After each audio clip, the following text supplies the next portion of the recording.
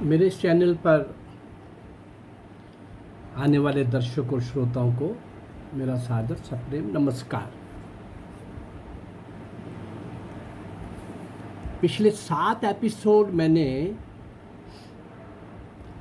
राष्ट्रीय स्वयंसेवक संघ के founder doctor Hedgewar को केंद्र मानकर उस समय के स्वतंत्रता संग्राम का पूरा इतिहास और उस समय के स्वतंत्रता संग्राम में डॉक्टर हेडगेवार का और राष्ट्रीय स्वयंसेवक संघ का प्रत्यक्ष सीधा योगदान, जिसको शाम को 9 बजे चैनल्स के ऊपर कुछ अनपढ़ जाहिल, कुछ की इंटेंशन ही वैसी है, शायद उनको गद्दार बनना है और गद्दारों का साथ देना है, ऐसे कुछ लोग जो बोलते हैं, तो उन सब का उत्तर है उन 7 एपिसोड के अंदर।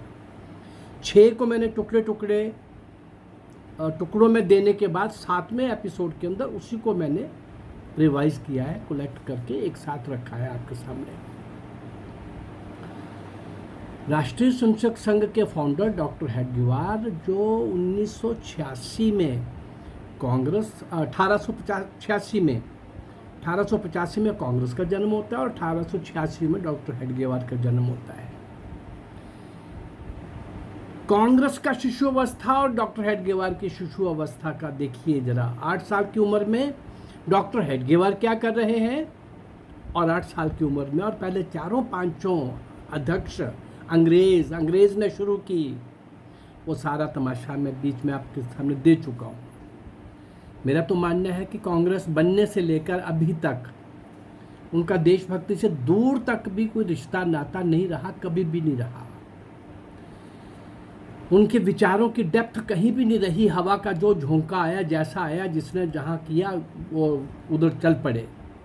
खिलाफत आंदोलन के अंदर मुसलमानों के खिलाफ साथ खड़े होने का 1920 में जो महात्मा गांधी ने पाप किया, कांग्रेस ने जो पाप किया, वो 47 आते आते एक नया पाकिस्तान, और इतना ही नहीं, कई और पाकिस्तान के मंसूबे लेकर के बैठे हुए यहाँ पर वो लोग उतनी ही संख्या, उससे भी ज़्यादा संख्या में बन करके और आगे संख्या बढ़ाने के इरादे लेकर के और कई पाकिस्तान बनाने के और कई अफगानिस्तान बनाने के उनके मंसूबे हमेशा राष्ट्रीय स्वयंसेवक संघ तब भी जवाब देती आई।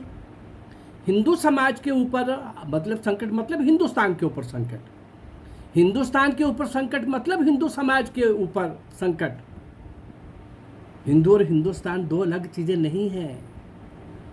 वो लुटेरे, वो आक्रमणकारी, वो पाशविक अत्याचार करने वाले, वो यहाँ आकर के काबिज होकर के यहाँ पर राज करने वाले, कई 100 साल तक यहाँ का शोषण अत्याचार करने वाले, मंदिर मूर्तियाँ तोड़ने वाले, बड़ी बड़ी लाइब्रेरी पुस्तकालयों को, नालंदा तक्षशिला यूनिवर्सिटी को जलाने वाले, ऐसे महा दुष्ट लोग भी हमें शिक्षा देते हैं।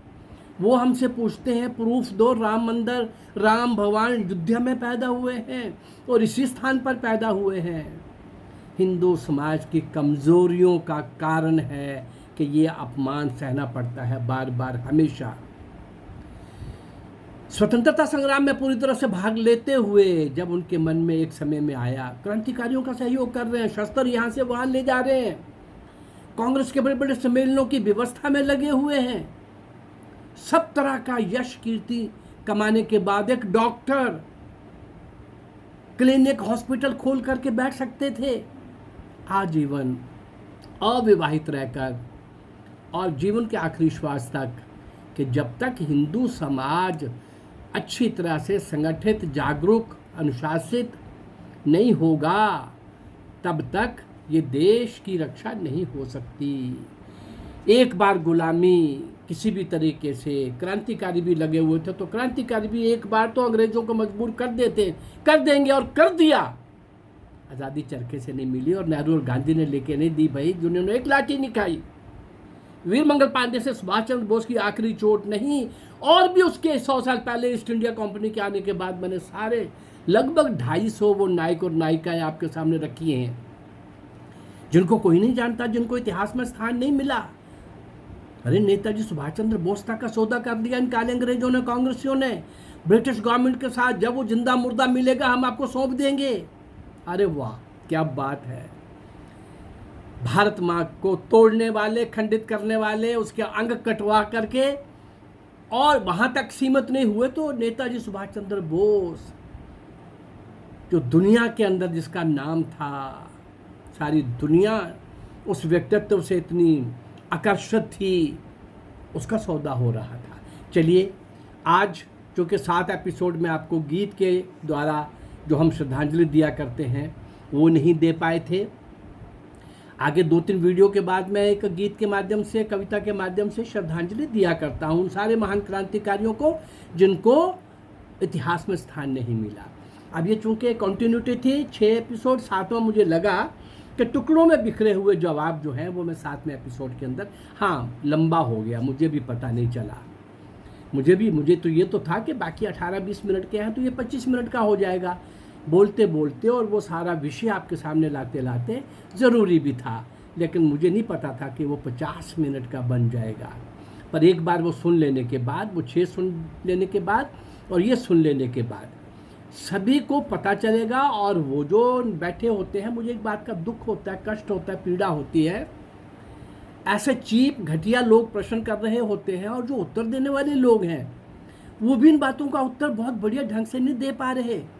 मुझे हैरानगी होती है भाई, जबकि आपके पास कहने के लिए 1000 बातें हैं और ऐसा लगता है कि हम डिफेंस में हैं, बच रहे हैं, इन प्रश्नों का उत्तर नहीं दे रहे, जबकि बड़े स्वाभिमान के साथ, आनंद के साथ सर ऊंचा करके इन सारी बातों का उत्तर उन दुष्टों का, गद्दारों का, देशद्रोहियों का हम दे सकते हैं।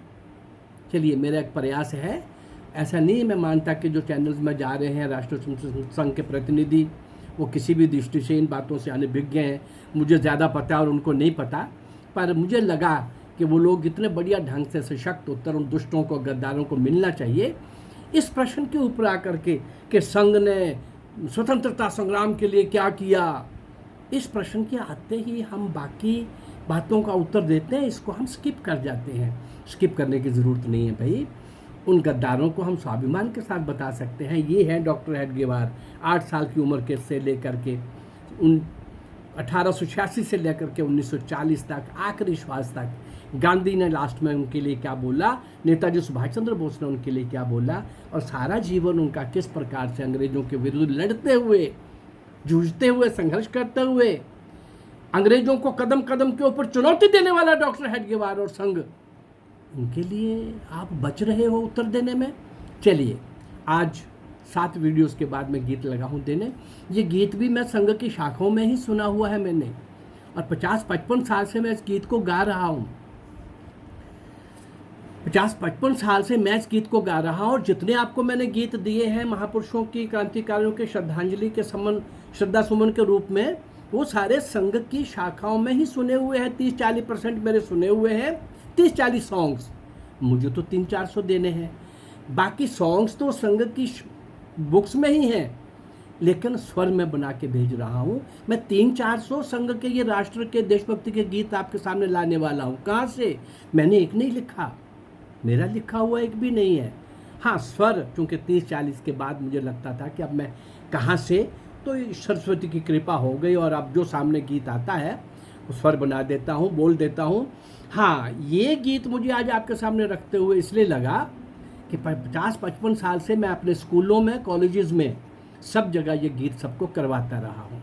अब इस गीत को सुनने के बाद पता लग जाना चाहिए कि संघ की शाखाओं में क्या होता है, क्या वो गीत बोलते हैं, क्या रूट मार्च करते हैं, क्या सुबह उठ कर के करते हैं, और क्या दिन भर, और क्या शाम को, और क्या देश की आपत्ति के समय, विपत्ति के समय कैसे वो देश के साथ कमिटेड होकर के देशभक्ति का और राष्ट्रभक्ति का मंत्र जाप करते हुए आगे बढ़ते हैं। आइए, इस गीत के माध्यम से आपको पता चल जाएगा। और ऐसे ही गीत सारे के सारे जो मैंने आपको दिए वो सारे संघ के ही गीत हैं।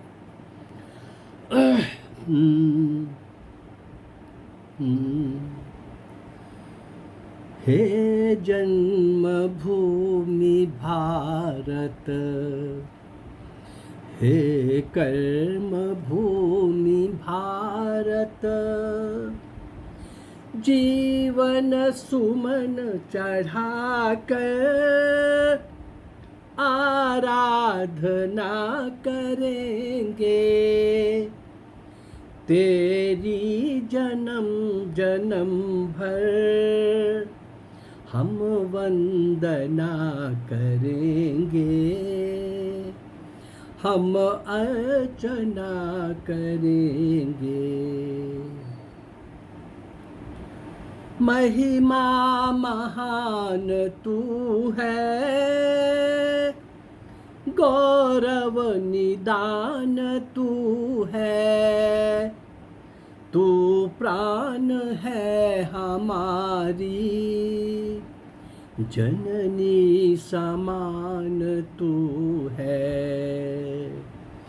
तेरे लिए जिएंगे, तेरे लिए मरेंगे, तेरे लिए उम्र भर हम साधना करेंगे, हम अर्चना करेंगे। हे जन्मभूमि भारत, हे कर्म भूमि भारत, जीवन सुमन चढ़ाकर आराधना करेंगे, तेरी जन्म जन्म भर हम वंदना करेंगे, हम अर्चना करेंगे। जिसका मुकुट हिमालय जग जग मगा रहा है, सागर जिसे रतन की अंजुलि चढ़ा रहा है, वह देश है हमारा, ललकार कर कहेंगे, उस देश के बिना हम जीवित नहीं रहेंगे, हम अर्चना करेंगे। हे जन्मभूमि भारत, हे कर्म भूमि भारत, जीवन सुमन चढ़ाकर आराधना करेंगे, तेरी जन्म जन्म भर हम वंदना करेंगे, हम अर्चना करेंगे। जो संस्कृति अभी तक दुर्जेय सी बनी है, जिसका विशाल मंदिर आदर्श का धनी है, उसकी विजय ध्वजा ले हम विश्व में चलेंगे, संस्कृति सुरभि पवन बन हर कुंज में बहेंगे, हम अर्चना करेंगे। हे जन्मभूमि भारत, हे कर्म भूमि भारत, जीवन सुमन चढ़ाकर आराधना करेंगे, तेरी जन्म जन्म भर हम वंदना करेंगे, हम अर्चना करेंगे। शाश्वत स्वतंत्रता का जो दीप जल रहा है, आलोक का पथिक जो अविराम चल रहा है। विश्वास है कि पल भर रुकने उसे न देंगे, उस ज्योति की शिखा को ज्योतित सदा रखेंगे। हम अर्चना करेंगे, हे जन्मभूमि भारत, हे कर्म भूमि भारत। जीवन सुमन चढ़ाकर आराधना करेंगे, तेरी जन्म जन्म भर हम वंदना करेंगे, हम अर्चना करेंगे, हम साधना करेंगे।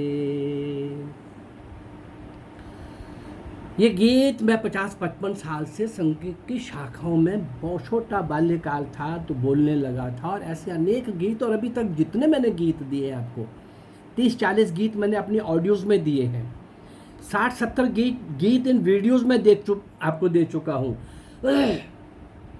और जो भी 300, 400, 500 गीत आपके सम्मुख लाने वाला हूँ मैं, वो सब इन्हीं बुक्स में से, संघ की किताबों से ही मैं लेने वाला हूँ।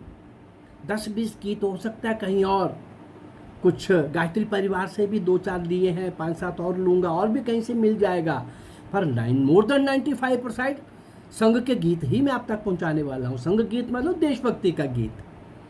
संघ का स्वयंसेवक और कोई बात जानता ही नहीं भाई, और उनको प्रश्न करते हो, इस देश के वो गद्दार जो बिकाऊ माल है, जो बिका हुआ है, जिनको त्याग का नहीं पता, तपस्या का नहीं पता, संकल्प का नहीं पता, संकल्प सिद्धि का नहीं पता, कर्मठता का नहीं पता, परिश्रम का नहीं पता, किसी बात का उनको पता नहीं। देश के लिए जीना है, देश के लिए मरना है, जो ये संस्कार लेकर के बढ़ने वाला स्वयंसेवक जीवन के हर क्षेत्र में सेवा और संस्कार के माध्यम से संगठन खड़ा करता हुआ, देश के अंदर एक सशक्त उन गद्दारों का उत्तर बना हुआ, चुनौती बना हुआ ये संगठन, और वो दुष्ट पूछेंगे कि इन्होंने क्या किया आज़ादी के टाइम।